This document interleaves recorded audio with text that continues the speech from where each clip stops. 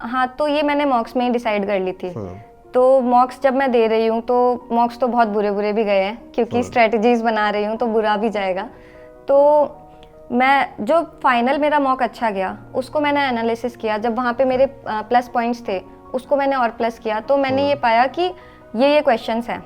अब मेंस में क्या है, ऐसे जो घोड़े के दोनों तरफ लगे होते हैं ना कि वो इधर उधर नहीं देखेगा, बहुत टेम्प्ट करते हैं क्वेश्चन कि कर लो, बट अगर आप फंस गए तो आप फंस गए, टाइम तो चलता रहेगा। ठीक है, तो मैं ऐसे ही थी कि मुझे ये वाले क्वेश्चन अटेम्प्ट करने हैं, स्किप स्किप स्किप, ये वाला करना है, स्किप स्किप स्किप, ऐसे करके। तो मैंने यही सारे में फॉलो किया। इंग्लिश में मैंने बना लिया था, रीजनिंग, मैथ्स और करंट अफेयर्स तो बिल्कुल ऐसे आते हैं कि अनसर्टेन होता है, कुछ भी नहीं डिसाइड कर सकते।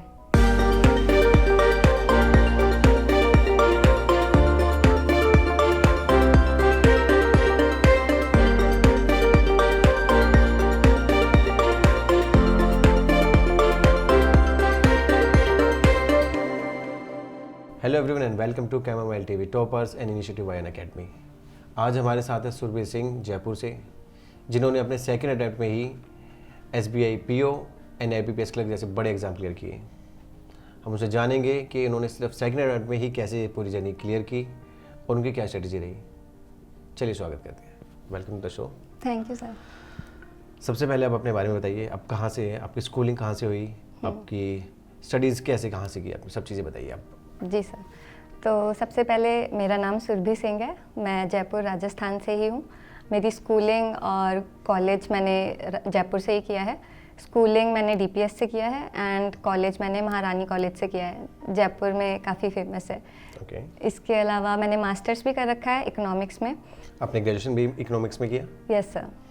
ठीक है, उसके बाद आपने बैंकिंग का ही क्यों चूज़ किया? कुछ और ऑप्शंस भी होंगे आपके पास, लेकिन बैंकिंग ही क्यों? जी सर, तो ग्रेजुएशन में मैंने कैट करने का सोचा था बिकॉज मुझे फाइनेंस में काफ़ी थोड़ा इंटरेस्ट था। तो मैंने कैट का एग्ज़ाम अपीयर भी किया था और मुझे कुछ डिसेंट परसेंटाइल आई थी एंड उसके बाद मुझे डिसेंट 20 स्कूल्स भी मिल गए थे, but due to financial conditions तो मैं उसको कंटिन्यू नहीं कर पाई।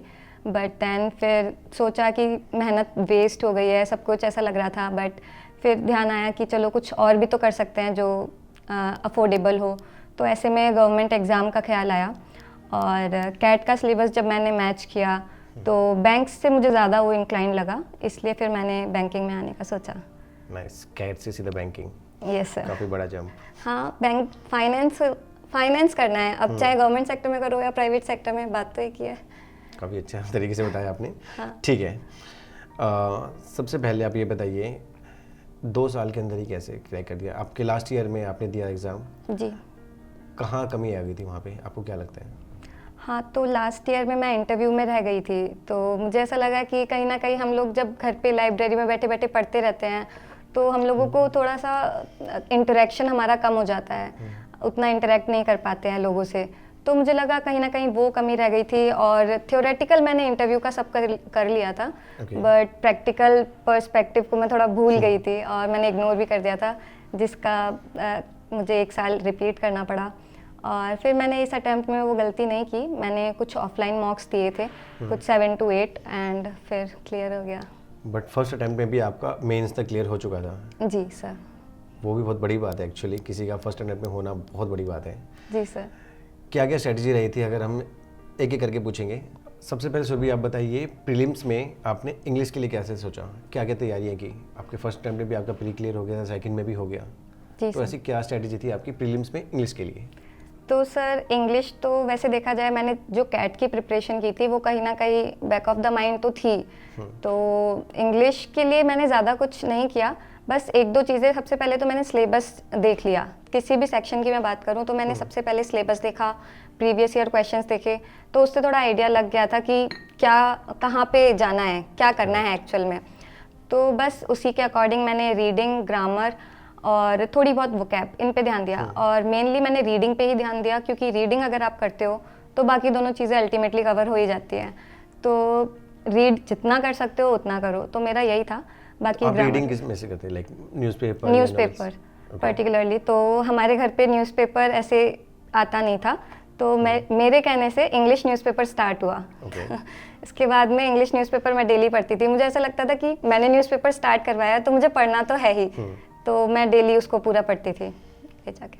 कितना टाइम लगा था आपको डेली पढ़ने में? टाइम तो ज़्यादा नहीं लगता था, मतलब मेरा मेन फोकस एडिटोरियल पे रहता था। बाकी इकोनॉमिक टाइम्स मंगाती थी मैं, तो फाइनेंस की न्यूज़ भी कवर हो जाती थी, जो कहीं ना कहीं बाद में करंट अफेयर्स में काम आती है। ओके, आपको लगता है कि जो बच्चे हिंदी मीडियम सेक्शन से रहे हैं उनके लिए टफ रहता होगा इंग्लिश वाला पोर्शन कवर करना? थोड़ा सा तो टफ रहता है, क्योंकि इंग्लिश ऐसा सब्जेक्ट बन जाता है जहाँ पे आपको स्कोर ज़्यादा करना पड़ेगा। इन दिनों क्वांट्स एंड रीजनिंग तो ऐसे आ रहे हैं कि बच्चा कर नहीं पा रहा है, तो इंग्लिश तो उसको बहुत बेहतर बनानी पड़ेगी, जिसके लिए डेफिनेटली मेहनत तो लगेगी और थोड़ा सा टफर साइड पे रहता है हिंदी मीडियम के लिए। ठीक है, आप उनको क्या सजेस्ट करना चाहेंगे, कैसे कर सकते हैं वो? मेरे ख्याल से रीडिंग हिंदी मीडियम वाला बच्चा तो एकदम से रीड नहीं कर पाएगा, तो उनको स्टार्टिंग में थोड़ा ऐसा कुछ रीड करना चाहिए जो उनको इंटरेस्टिंग लगता हो। अब किसी को कॉमिक्स भी अच्छी लग रही है ना, तो इंग्लिश में कॉमिक्स रीड कर लो, बट धीरे धीरे अपनी एक बेस बनाओ, फिर थोड़ा सा और अप लेवल करो। मतलब छोटे छोटे अगर स्टेप्स लेंगे ना तो वो चीज़ हो जाएगी। परफेक्ट। ठीक है, अब हम आते हैं रीजनिंग पे। प्रीलिम्स में रीजनिंग की स्ट्रेटजी आपकी कुछ अलग रही? कुछ बुक्स फॉलो की आपने? बुक्स तो मैंने फॉलो नहीं की, पीडीएफ फॉलो की और वीडियो क्लासेस। वीडियो क्लासेस में आपको प्रैक्टिस भी मिल जाएगी, चैप्टर्स भी मिल जाएगा, सब कुछ मिल जाएगा। तो कभी बोर हो रहे हैं पीडीएफ कर करके, तो फिर वीडियो क्लासेस ले लो, सर से पहले सॉल्व कर लो। तो थोड़ा मेल जोल बना के रखना चाहिए ताकि इंसान बोरिंग ना हो, पढ़ाई को भी इंटरेस्टिंग बनाना चाहिए। तो आपके अकॉर्डिंग अब ऑनलाइन स्टडी करना काफ़ी आसान हो चुका है? हाँ, आसान तो काफ़ी है, बट उसमें अगर आप फ्री कोर्सेज पे जाते हो तो आपको थोड़ी सी मतलब चीज़ें बिखरी हुई है, आपको उनको एक जगह इकट्ठा करना है। आप प्लेलिस्ट सेव कर सकते हो, एक एक वीडियो अपनी न्यू प्लेलिस्ट बना सकते हो, तो इतनी सी तो मेहनत लगेगी अगर आप फ्री के लिए जा रहे हो तो।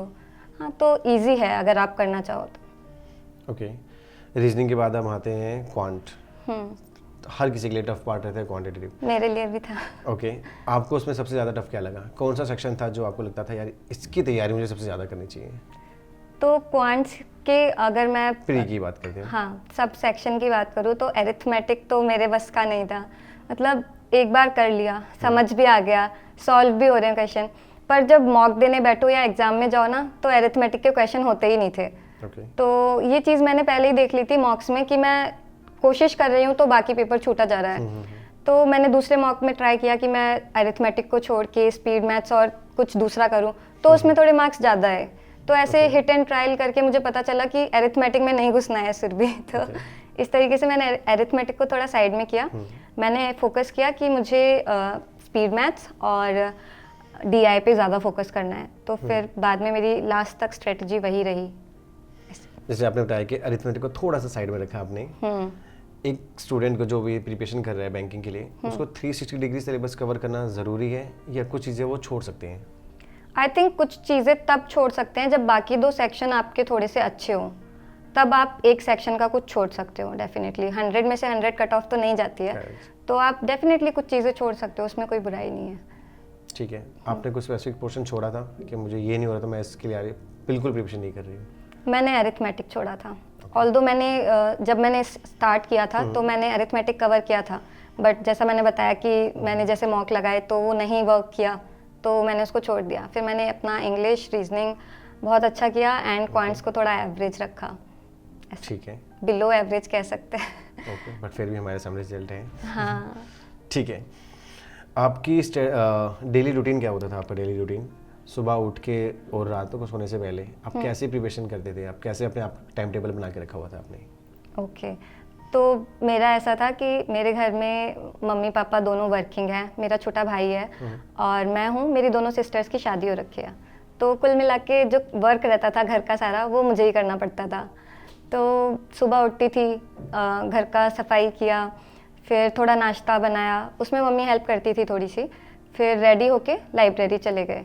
ठीक है, लाइब्रेरी जाने के बाद वहाँ न्यूज़पेपर रीड किया, कुछ एडिटोरियल या इंग्लिश का कवर किया, फिर एक एक सेक्शन कवर करती थी, प्रैक्टिस करना। वो मेरा लिस्ट बना हुआ था कि मुझे इस टाइम से इस टाइम तक ये शेड्यूल फॉलो करना है, फिर नेक्स्ट दूसरा करूँगी, तो उस शेड्यूल के अकॉर्डिंग वर्क करती थी। फिर मैं 4 बजे के बाद में घर आती थी, क्योंकि मैं ट्यूशन भी पढ़ाती थी बच्चों को, तो वहाँ 5 से से भी 6 हेल्प मिली होगी काफ़ी। नहीं, छोटे बच्चे थे अच्छा। बस। हाँ, तो थोड़ा सा पढ़ा लेती थी ऐसे ही, खुद का भी मूड फ्रेश हो जाता है, तो बच्चों को पढ़ाती थी 5 से 6। उसके बाद में मेरा घर आने के बाद कोई पढ़ाई नहीं हो पाती थी, तो जितना भी मैं पढ़ रही हूँ लाइब्रेरी में ही पढ़ रही हूँ। ये प्रीलिम्स का था, एंड मेंस में मैं 4 बजे उठा करती थी ताकि टाइम बढ़ाया जा सके। बच्चों को भी मैंने 6 to 7 डिले कर दिया। तो ऐसे कर करके थोड़ा थोड़ा निकाला टाइम जैसे तैसे। आपने मेंस की तैयारी प्री के साथ में स्टार्ट कर दी थी शुरू से ही, या प्री क्लियर करने के बाद आपने कहा कि हाँ अब मैं मेंस की स्टार्ट करती हूँ? क्या रहा आपकी स्ट्रेटजी? इनिशियली जब मैंने स्टार्ट किया था, जब कोर्स कंप्लीट करने वाला फेज होता है, तब मैंने प्रीलिम्स मतलब दोनों साथ में लिए थे। ऐसा नहीं है कि मैं एक टॉपिक पढ़ रही हूँ तो सिर्फ प्रीलिम्स का पढ़ रही हूँ, नहीं, मैंने उसके एडवांस क्वेश्चन भी सेम टाइम लगा लिए, ताकि एक बार थोड़ा रफ आइडिया रहे कि हाँ कैसा क्या हो रहा है।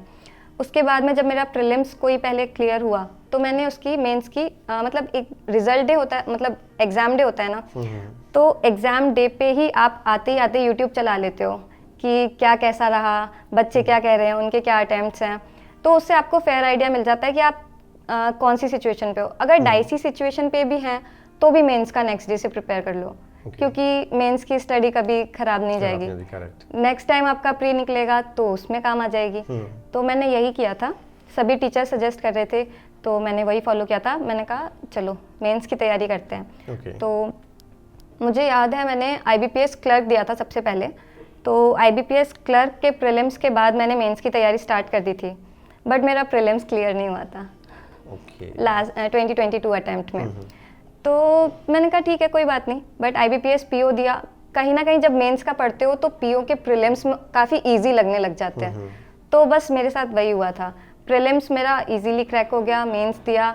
मेंस में तो इतनी कट ऑफ जाती नहीं है, बस जितना जाता है उतना कर लो। तो उतना कर लिया, फिर हो गया। ठीक है। आप नोट्स कैसे बनाते थे? आपका कुछ डिफरेंट पैटर्न था, स्ट्रेटेजी थी कि मैं इस टाइप से नोट्स बनाती हूँ? क्या आपकी नोट मेकिंग स्ट्रेटेजी क्या थी? नोट्स तो मैंने इंग्लिश में सिर्फ रूल्स के बना रखे थे, ग्रामर रूल्स के। तो जब मैं इनिशियली पढ़ रही हूँ तो मैंने बना लिए नोट्स कि चलो बना के रख लेते हैं, बाद में रिवाइज करने के काम आएंगे। एरिथमेटिक के नोट्स मैंने इनिशियली बनाए थे क्योंकि मुझे लगा काम आएंगे, बट वो ज़्यादा काम आए नहीं। इसके अलावा मैंने और किसी के नोट्स नहीं बनाए थे। छोटी छोटी जो चिट्स होती है मैंने वो ज़रूर बनाई थी, जैसे कि रीजनिंग में कुछ ट्रिक्स होती है, तो वो ट्रिक्स मुझे जैसे ही पता चलती थी मैं उस चिट्स पे लगा लेती थी और टेबल पे चिपका लेती थी। और वो लिटरली बहुत यूज आती है। मतलब आप मॉक दे रहे हो, आपको वो चीज़ दिख रही है, आप सेम टाइम पे देख के लिख लो। एक बार देखा है ना तो पर वो दिमाग में रह जाएगा। एक दो मॉक्स के बाद वो याद आ जाएगा कि हाँ यार ऐसे ही करना है। हाँ, तो इस रीजनिंग के छोटी छोटी चिट्स बनाई थी, और करंट अफेयर के नोट्स मैंने खुद से बनाए थे, डिजिटल नोट्स। जैसे आपका फर्स्ट अटेम्प्ट में क्लियर नहीं हुआ था, कहीं ना कहीं डिमोटिवेटिंग फील हुआ था? अगर हुआ तो आपने कैसे वो ओवरकम किया? हाँ, थोड़ा नहीं बहुत ज़्यादा डिमोटिवेटेड फील हुआ था, क्योंकि दोनों ही PO के इंटरव्यूज़ में नहीं हुआ। मुझे लगा कि पता नहीं मुझ में क्या कमी है जो इंटरव्यूअर्स को पसंद नहीं आया। बट मेरी फैमिली काफ़ी सपोर्टिंग थी, उन्होंने मुझे पूरा सपोर्ट किया। मेरे फ्रेंड्स मेरे बहुत काम आए, उन्होंने मुझे मोटिवेटेड हमेशा रखा। और मेरे एक थॉट ये भी आया था चलो प्राइवेट बैंक्स ज्वाइन कर लेते हैं, क्या फ़र्क पड़ता है, बट नहीं, फिर मुझे बाद में लगा नहीं, इतनी मेहनत करी है, इंटरव्यू तक पहुँचे हैं तो एक तो चांस देना चाहिए, तो इसलिए मैंने एक चांस और दिया। ठीक है। आपने पूरी प्रिपरेशन के टाइम पे एकदम सोशल मीडिया कट ऑफ कर दिया था, या अपने आपको टाइम देते थे कि रिफ्रेश होने के लिए इधर उधर घूमना फिरना? तो सोशल मीडिया बहुत लोगों के लिए बहुत बड़ा डिस्ट्रैक्शन है, बट मेरा जो टाइम टेबल था ना, मैंने लिटरली उसमें सोशल मीडिया को टाइम दे रखा था। मैंने लाइब्रेरी में भी जब मैं लंच कर रही हूँ तो मैं कोई वेब सीरीज़ देख रही हूँ या फिर इंस्टाग्राम चला रही हूँ। शाम को मेरा टाइम था, मुझे रील्स पोस्ट करनी है, बिकॉज आई वॉज क्रिएटर ना, तो मुझे ऐसा था कि मुझे इसको भी मेंटेन करना है, मुझे अपनी पढ़ाई भी मेंटेन करनी है, एंड मैंने कर लिया। तो मेरे को अच्छा लगता था कि सोशल मीडिया पे गए, थोड़ा मूड फ्रेश हो गया, मुझे डिस्ट्रैक्शन कभी फील नहीं हुआ उससे। ये भी ठीक है, मैं बहुत कम लोगों को सुनने से मिलता है कि हाँ सोशल मीडिया से ठीक रहा, बट ठीक है, गुड। अब हम आते हैं मेंस पे। मेंस पे इंग्लिश के लिए आपने क्या स्ट्रेटजी रखी, या मेंस जैसे आपने बताया कि मेंस की तैयारी बाद में आपने अलग से नहीं की थी, स्टार्टिंग में ही कर दी थी, बट उसके लिए इंग्लिश के लिए आपने क्या स्ट्रेटजी रखी? इंग्लिश के लिए मेरा सेम वही प्रोसीजर था कि 3 पार्ट्स में डिवाइड कर लिया, ग्रामर, वोकैब एंड रीडिंग। तो तीनों चीज़ों को डिवाइड करने के बाद तीनों में से सबसे ज़्यादा मैंने रीडिंग को टाइम दिया, जैसे मैंने बताया, एडिटोरियल्स देखे, और इससे ज़्यादा मैंने वोकैब अलग से तो नहीं की। इसके अलावा मैंने सिर्फ और सिर्फ टेस्ट दिए हैं। टेस्ट से आपको बहुत कुछ सीखने को मिलता है, तो रीड करो, टेस्ट तो इंग्लिश में मेरे हिसाब से इतना काफ़ी रहता है। तो आपने बताया कि मॉक टेस्ट आपने बहुत दिए हैं। हाँ, मॉक टेस्ट काफ़ी। क्या वैल्यू रखता है एक मॉक टेस्ट एग्जाम के लिए? ये तो मैं वैल्यू बता भी नहीं सकती, मतलब इतना ज़्यादा एम्फेसिस करूँगी मैं इस पे कि जितने मॉक्स हो उतने दो। मतलब अगर आपके मॉक टेस्ट सीरीज में 20 मॉक्स है ना, तो आप 20 देने की कोशिश करो। हर बढ़ते मॉक के साथ आप कुछ सीखोगे। अब दिन में कितने मॉक देते थे? दिन में एक ही मॉक देती थी। ओके, क्या आपने बाद में बढ़ाया कि मुझे ज़्यादा मॉक देने हैं? नहीं, दिन में डेली एक मॉक? प्रीलिम्स का भी एक देती थी और मेंस का तो 3-4 दिन के गैप में एक देती थी। मेंस का थोड़ा हैवी हो जाता है इसलिए। ठीक है, सोशल मीडिया को भी टाइम देना था। हाँ, सोशल मीडिया को भी टाइम देना था। ठीक है। बट फिर भी मेंस के मॉक को काफ़ी हैवी हो जाता है, तो उसको जितना टाइम आप दोगे उसके बाद उसका एनालिसिस ज़्यादा इंपॉर्टेंट हो जाता है। ओके। तो मॉक को अगर 1 घंटा दे रहे हो तो उसका एनालिसिस आप 1.5 घंटा तो कम से कम करो, बिकॉज आपके बाद 3 चीज़ें बचती है एनालिसिस करते वक्त। ये क्वेश्चन मैंने अटेम्प्ट क्यों नहीं किया? क्या मेरा सिलेबस कंप्लीट नहीं था? क्या टॉपिक कवर नहीं था? या टाइम नहीं था? ओके। मतलब मैं कर सकता था पर टाइम नहीं था, फिर उस अकॉर्डिंग आप करेक्शन करोगे, तो वो चीज़ ज़्यादा होती थी। तो प्रीलिम्स का मॉक एक लगाओ, लेकिन फिर बाकी टाइम उसका करेक्शन में बिताओ, ऐसा। ओके, ये भी अच्छी स्ट्रेटेजी है। हाँ। आपने कहीं से क्लासेस ली, कहीं से कोचिंग ली थी? नहीं, मैंने कोचिंग नहीं ली, मैंने यूट्यूब से ही पूरा किया था। तो आपने कैसे डिसाइड किया कि मुझे यहाँ से सीखना है ऑनलाइन या यहाँ से सीखना है? हाँ, कुछ ऐसा प्लान कैसे सोचा आपने? बहुत सारे यूट्यूब चैनल्स पे भटकी हूँ मैं, इधर गई उधर गई, बहुत सारे लोगों का देखा। कुछ टाइम तक गलत तो कोई भी नहीं होता है, सब सही होते हैं, पर कुछ टाइम तक एक को फॉलो भी किया, लेकिन फिर दूसरे को देखा, मतलब वो आता रहता है। तो पढ़ाई का तो आप जितना एक्सप्लोर करो, आपको कहीं मतलब जहाँ भी बैठ जाओगे आपको नॉलेज ही मिलेगी। बट ये है कि आप राइट ट्रैक पे कहाँ पे हो, वो एक्सप्लोर करने के बाद ही पता चलेगा। और परमानेंट 1-2 गाइडेंस वाले हैं चीज़ें, तो वहाँ पे मैंने देखा लोग स्ट्रैटेजी क्या बता रहे हैं, किनको ज़्यादा बता रहे हैं, तो मैंने उनका फिर रेफर करके देखा। तो दूसरों की स्ट्रैटेजी भी मैंने बहुत सुनी है, बट वो कहते हैं ना सभी लोग कि एट द एंड आपकी करो अपनी। हाँ, और सबकी स्ट्रैटेजी ले भी लोगे ना, तो आपकी एक अलग स्ट्रैटेजी निकल के आएगी। करेक्ट। तो बस मेरा भी वही था, थोड़ा थोड़ा सबसे लिया, सीखा और देखा कि मेरे पे क्या वर्क कर रहा है, बस ये। पैटर्न की बात करें हम, तो आपको क्या लगता है एग्जाम पैटर्न चेंज हुआ है हर बार? आपने जैसे काफ़ी क्वेश्चन पेपर्स भी देखे होंगे और अपना एग्जाम भी दिया है 2 बार, तो पैटर्न्स कुछ चेंज हुए हैं या कुछ ऐसा स्पेसिफिक चीज़ जो हर साल रिपीट होता है? हाँ, तो मैंने जब एनालिसिस कर रही थी एग्ज़ाम का, तो मैंने ये देखा कि जो कट ऑफ है ना, वो 2020 या 2021 के बाद में काफ़ी कम हो गई है। अब इसकी रीज़न ये है कि जो एग्ज़ाम लेवल है वो काफ़ी बढ़ चुका है। पहले इतना हार्ड एग्ज़ाम नहीं आता था जितना अब आता है। पहले स्पीड और ये सब चीज़ें ज़्यादा इंपॉर्टेंट हो जाती थी, अब है कि आप कौन सा क्वेश्चन ध्यान से अटैम्प्ट कर रहे हो। तो ये चीज़ें मैंने नोटिस की थी, और मैं हमेशा कहती हूँ कि कोई भी एग्ज़ाम दो, उसका कट ऑफ, एग्ज़ाम सेक्शन पूरा उसको देख लो, उसकी जो पोस्टमार्टम है ना वो कर दो अच्छे से कि क्या कहाँ से आ रहा है, क्यों कट ऑफ कम जा रही है, कितना हमें स्कोर करना है। तो मैंने यही चीज़ नोटिस की कि एग्ज़ाम लेवल जो है वो टफ़र होता जा रहा है। इवन 2022 से और 2023 को मैं कंपेयर करूँ तो एग्ज़ाम लेवल बढ़ा ही है। ओके। हाँ, बट आपको कोई अफेक्ट नहीं कर पाया क्योंकि आपने एग्ज़ाम क्लियर कर दिया। हाँ। अब हम रीजनिंग पे आते हैं। मेंस के लिए, रीजनिंग के लिए क्या स्ट्रेटेजी आपने अपनाई थी? थोड़ा एक्सप्लेन कीजिएगा। ठीक है, तो रीजनिंग थोड़ी सी अलग हो जाती है। प्रीलिम्स में तो थोड़ी चीज़ें सारी डुएबल होती हैं, मतलब 35 क्वेश्चन है, तो आप 25 प्लस तो एवरेज बच्चा कर ही लेगा। बट मेंस में ऐसा नहीं होता। मेंस में पजल्स में जाओ तो पजल्स में फंस जाओगे, डायरेक्शन डिस्टेंस में जाओ तो वहाँ फंस जाओगे, क्योंकि सब मिला जुला आ रहा है। तो ऐसे में मैंने देखा कि रीजनिंग में अगर कुछ नंबर सिक्योर करने हैं तो कहाँ से किए जा सकते हैं। तो मैंने जो है लॉजिकल रीजनिंग को बहुत ही अच्छा पाया, मतलब अगर इसको मास्टर कर लिया तो कुछ मार्क्स बनाए जा सकते हैं। तो मैंने लॉजिकल रीजनिंग वाला 2-4 टीचरों से पढ़ा कि क्या बता रहे हैं, फिर मैंने वो लगा के देखा, तो थोड़ा समराइज़ किया। और फिर मेरे ऐसा था कि अगर मैं 10 क्वेश्चन कर रही हूँ LR के, तो उसमें से अगर मेरे 6 भी ठीक जा रहे हैं तो मेरे प्लस में ही मार्क्स आ रहे हैं। ओके। तो हाँ, तो मैंने ऐसा एनालिसिस करने के बाद एलआर को मैंने कहा कि मैं एलआर करूँगी। तो इस तरीके से सब्जेक्ट बन गया आपका उसका। हाँ, तो एलआर मैंने अटेम्प्ट किया। पजल्स में मैं ज़्यादा फंसी नहीं, मिसलेनियस मैंने अटेम्प्ट किए ज़्यादा, जो 1 नंबर 1 क्वेश्चन होते हैं इस टाइप के। मेंस में आप ज़्यादा पजल्स ना ही करो, तो मैं यही सजेस्ट करूँगी कि ज़्यादा पजल्स ना की जाए।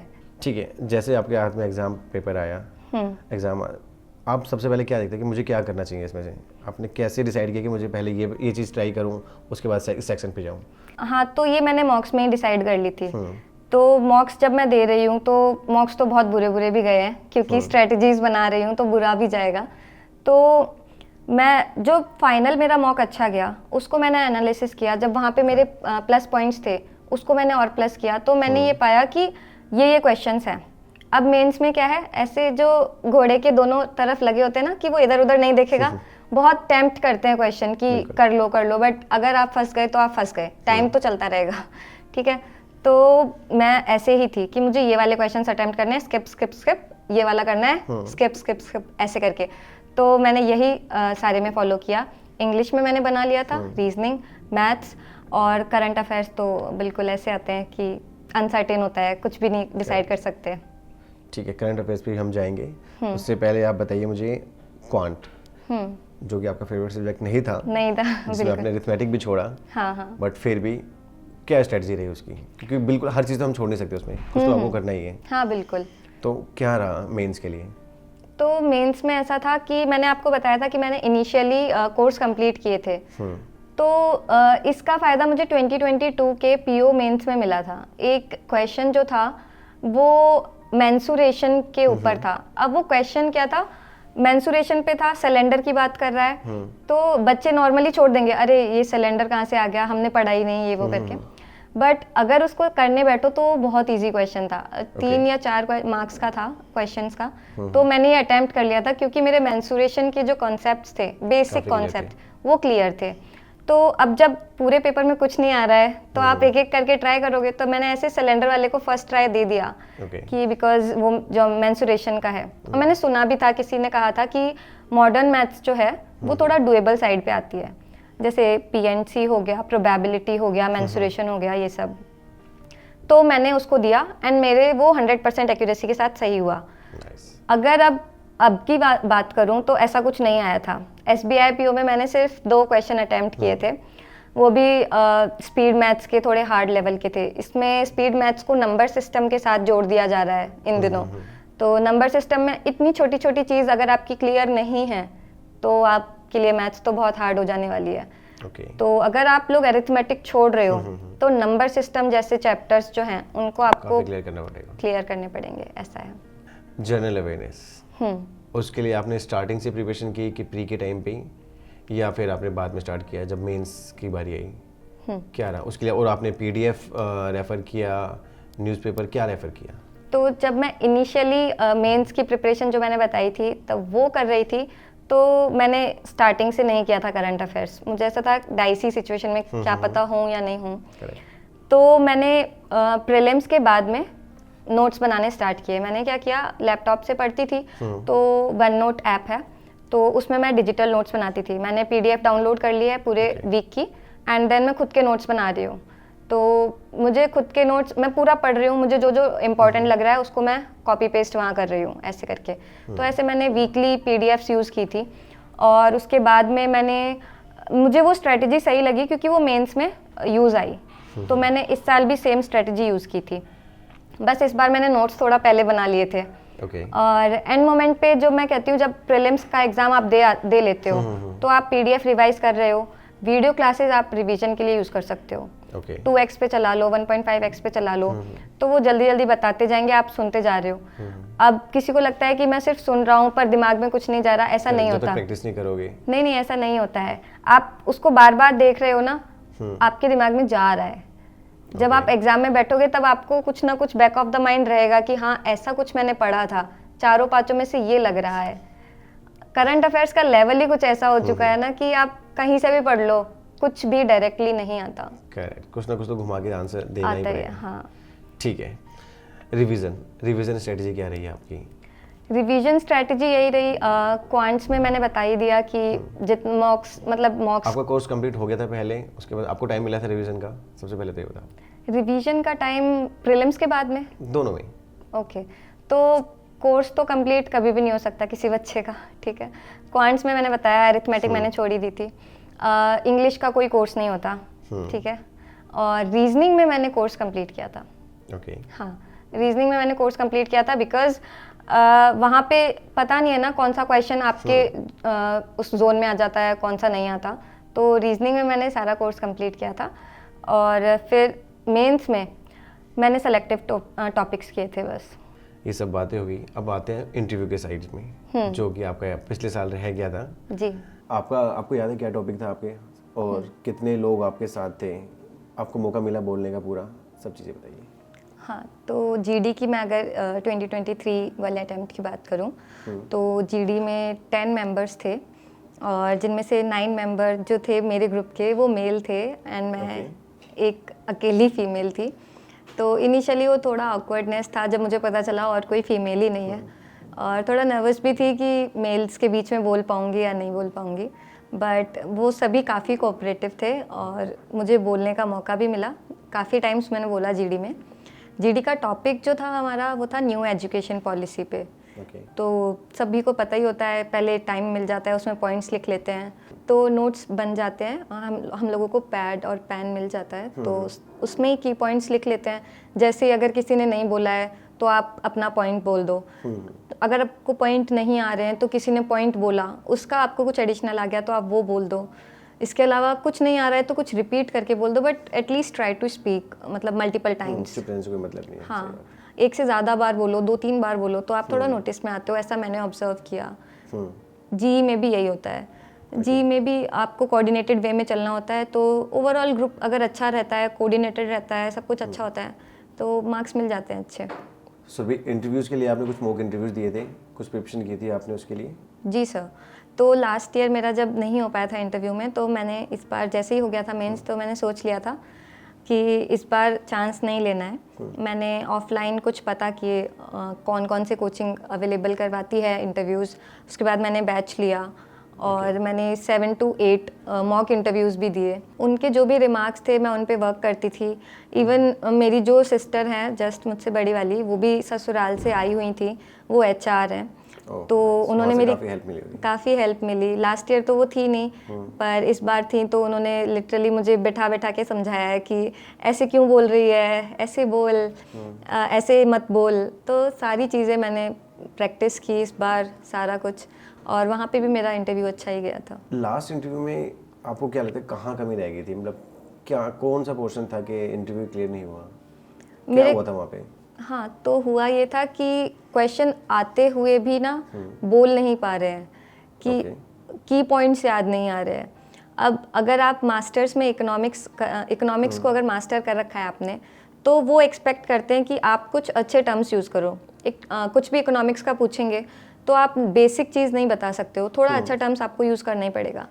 तो एक वहाँ पे मेरी मिस्टेक थी कि कुछ भी क्वेश्चन जो एक्सपेक्टेड क्वेश्चन होते हैं उनके मुझे कीवर्ड्स पहले से ही याद करके जाने चाहिए थे। एंड देन फिर मैं थोड़ा नर्वस भी हो गई थी जिसके कारण मैं कुछ बोल नहीं पाई, जैसा मैंने बताया। तो ये 2 मिस्टेक मुझे लगती है मेरी जो मैंने लास्ट टाइम करी थी। इस बार इंटरव्यू का कोई एक्सपीरियंस सुनाएंगे आप, क्या कुछ हुआ था? तो इस बार इंटरव्यू तो मेरा काफ़ी इंटरेस्टिंग गया था।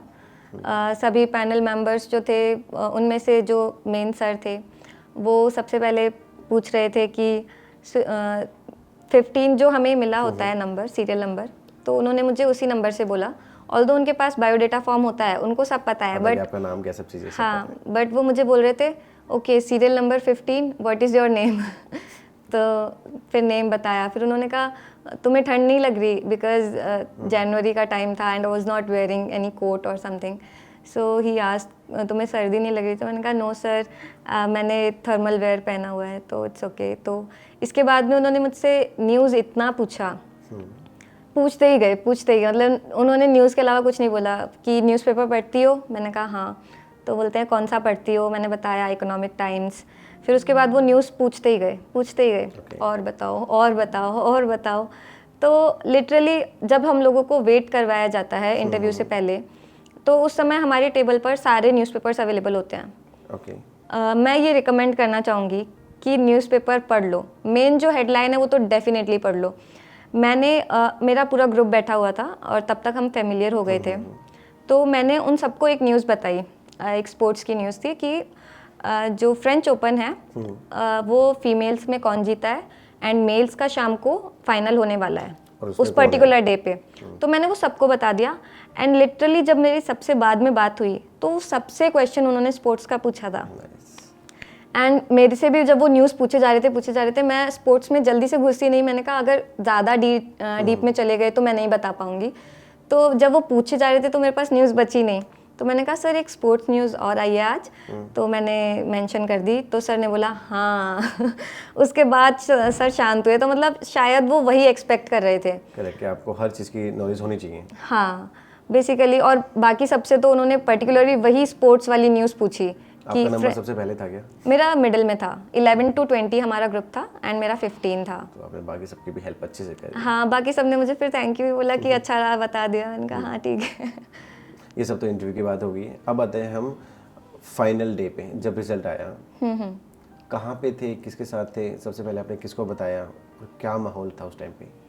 ओके, तो मैं घर पर ही थी। मैंने लाइब्रेरी उस मंथ के लिए स्किप कर दी क्योंकि अब रिजल्ट्स का ही वेट करना था। मार्च का मंथ था वो।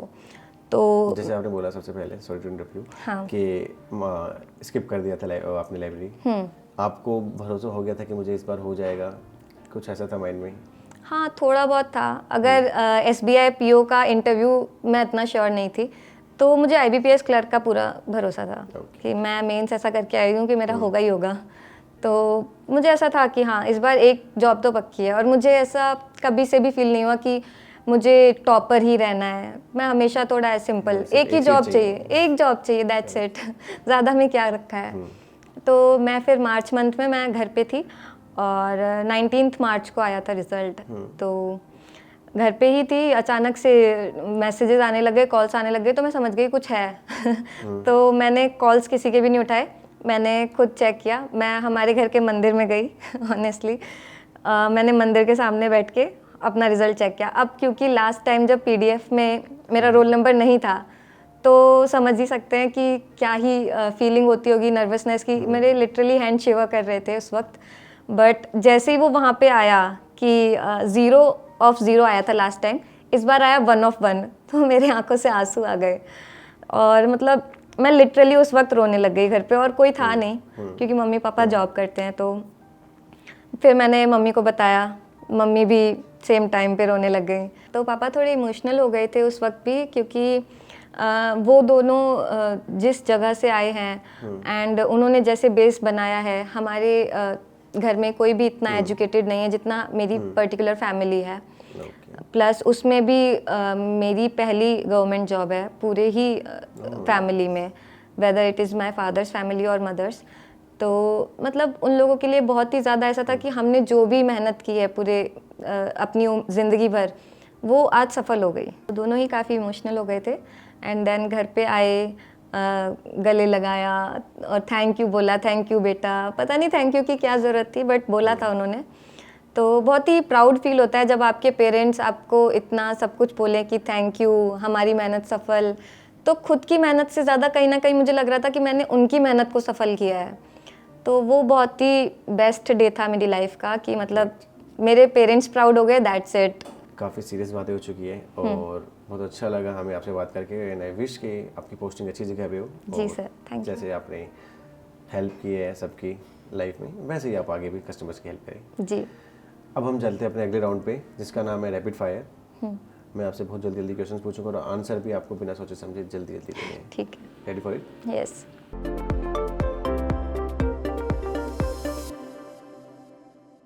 सर भी अगर आपको मौका मिले आपका नाम चेंज करने का, तो कोई आप नाम चेंज करना चाहेंगे, आपके दिमाग में है?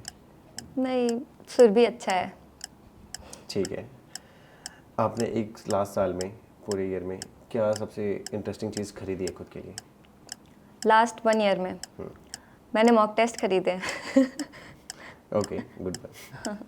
एक ऐसी मूवी जो आपको लगता है सबने देखी लेकिन आपने नहीं देखी अभी तक?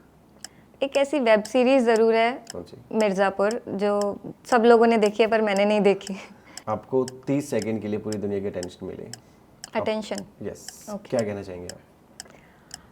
मैं यही कहना चाहूँगी कि बी हम्बल गाइस, मतलब दुनिया में बहुत टेंशन है, बस एक दूसरे से हम्बल रहो, दैट्स इट, काइंड रहो। गुड। आपको मौका मिले अपने होम टाउन में हमेशा रहने का या छोड़ के बाहर जाने का, क्या करना चाहेंगे आप? होम टाउन तो हमेशा बेस्ट लगता ही है, पर अगर बाहर जाना भी मिले तो भी, दोनों मैं चाहूँगी। ओके। हाँ। ठीक है।